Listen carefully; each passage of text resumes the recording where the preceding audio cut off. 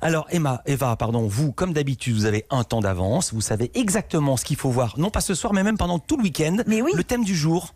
C'est tout pour les enfants. C'est un week-end vraiment placé sous le signe de l'enfance et de la famille sur vos écrans, sur France.tv, pour commencer avec un programme génial, destiné aux petits et alors à nous aussi. Les histoires de mots, c'est le nom de cette pastille, nous raconte l'origine de mots courants, comme le mot pantalon. On est au XVIe siècle. Les habitants de Venise pensaient être protégés par un saint appelé San Pantaleone.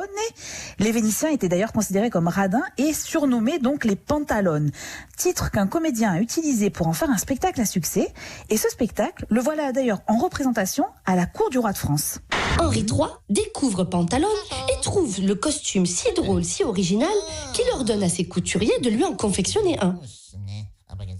En hommage à Pantalone, on appelle alors ce nouveau vêtement le pantalon.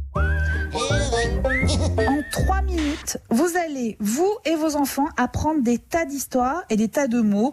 Le mot rail, sarbacane, mais aussi épinard. Et souvent, quand on dit épinard, ce sont un peu les souvenirs de cantine qui reviennent à la surface, souvenirs rarement délicieux.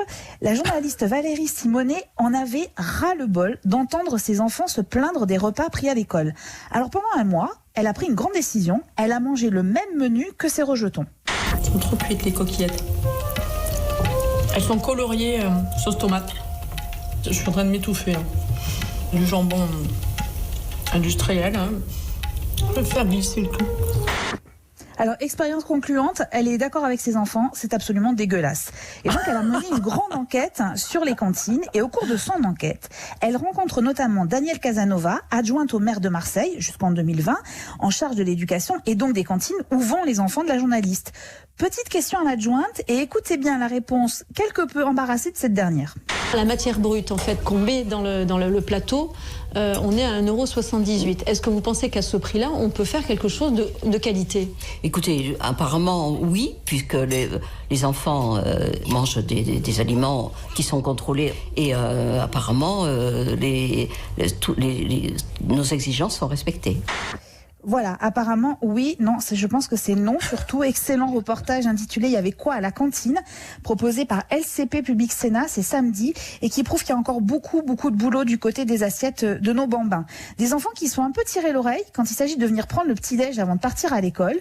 C'est le cas de l'aîné de Phil et Claire, les héros de la série Modern Family. Les enfants, descendez, c'est l'heure! Pourquoi vous m'envoyez pas un texto au lieu d'hurler? Ça irait beaucoup plus vite et ce serait plus sympa. Je t'ai déjà dit non, il me semble. Et il n'est pas question que tu sortes habillée comme ça. Je vois pas pourquoi. Chérie, tu n'as aucun commentaire à faire sur la jupe que porte ta fille.